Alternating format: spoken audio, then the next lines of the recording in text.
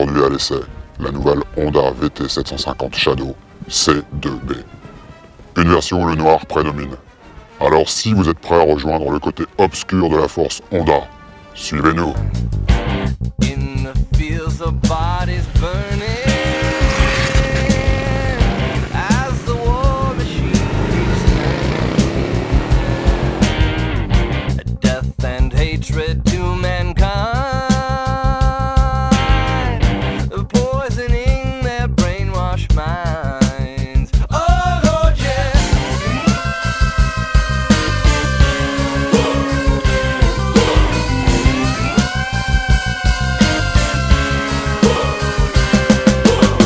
Pourquoi le côté obscur de la force? Bien tout simplement parce que cette machine ne sera disponible que dans ce coloris, c'est-à-dire du noir et du noir.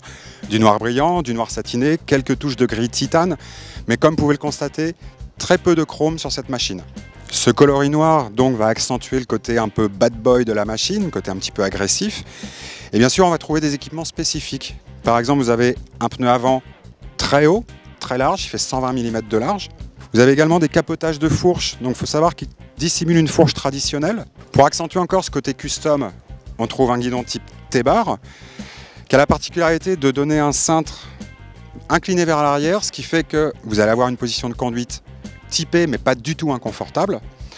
En fait, si on regarde bien cette moto, tout est fait pour lui donner un côté agressif, un côté bad boy, un côté moto méchante. Et vous allez voir qu'à l'usage, c'est une moto qui est très facile d'utilisation.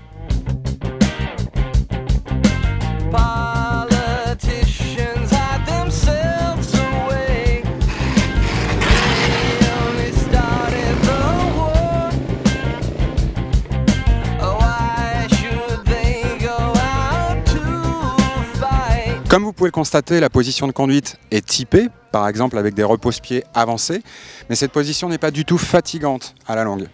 Et puis une autre caractéristique très appréciable, c'est la hauteur de selle, vraiment très basse, qui fait que n'importe qui pourra poser les deux pieds bien à plat au sol et relever la moto avec une très grande facilité. Donc cette machine, elle se destine vraiment à tout type de conducteur de moto, du débutant au pilote confirmé.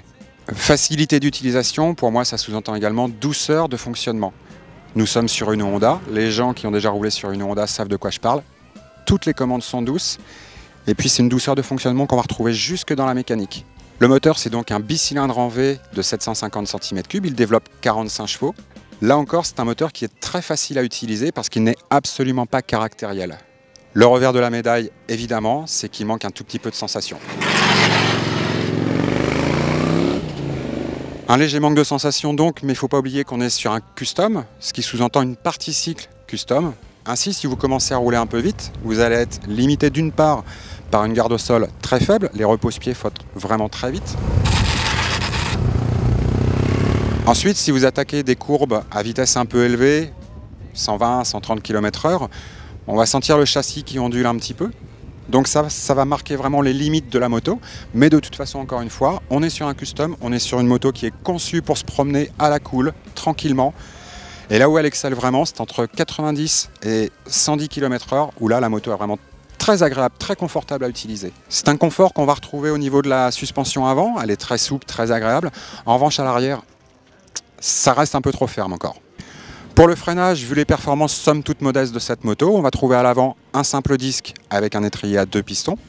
Et puis à l'arrière, Honda a décidé d'adopter un frein à tambour, ce qui permet d'avoir un moyeu bien visible, lui aussi pas en noir, c'est esthétique.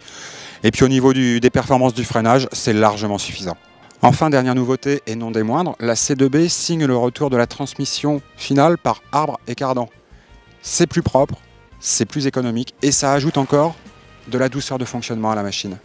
En conclusion, dans cette livrée noire, on voit très bien à quel constructeur de custom américain Honda veut faire concurrence. Certes, son moteur est moins charismatique, mais au quotidien, elle se montre plus conciliante.